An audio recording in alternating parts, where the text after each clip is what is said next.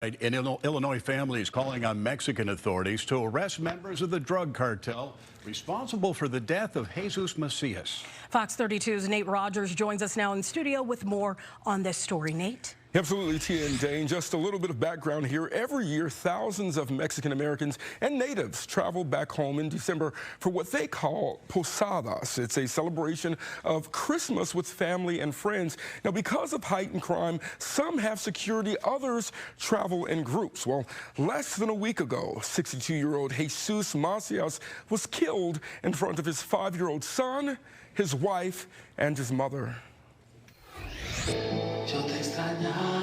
A packed Waukegan room, attendees relying on faith and raising this photo of a Rockford father brutally killed. We want answers.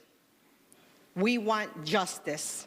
Relatives say on December 30th, Jesus Macias was traveling near Villanueva, Zacatecas with family. They had just purchased a stove for his mother. Loved ones say Macias was tragically killed by a drug cartel when he drove through an improvised checkpoint. They shot up the tires so that he can stop, and they ended up shooting him. And he ended up dying in my grandmother's arms. According to his obituary, Macias was hardworking and a devout family man, ensuring his loved ones were surrounded by love, support, and joy. He was a father figure to me and many of us.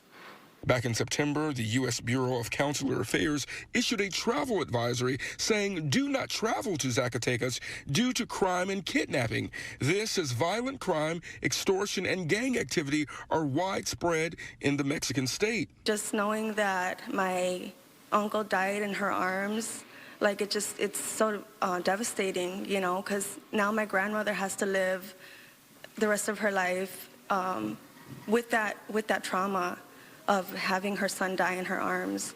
Waukegan's Mayor Sam Cunningham joined the family, echoing their pleas for justice and accountability. Let's come together. Let's move on these villains who have taken the life of a simple man who just wanted to live in this country.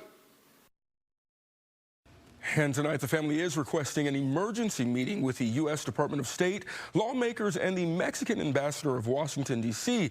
Macias leaves behind 5 children. His funeral is set for this coming Wednesday in Rockford. Dane?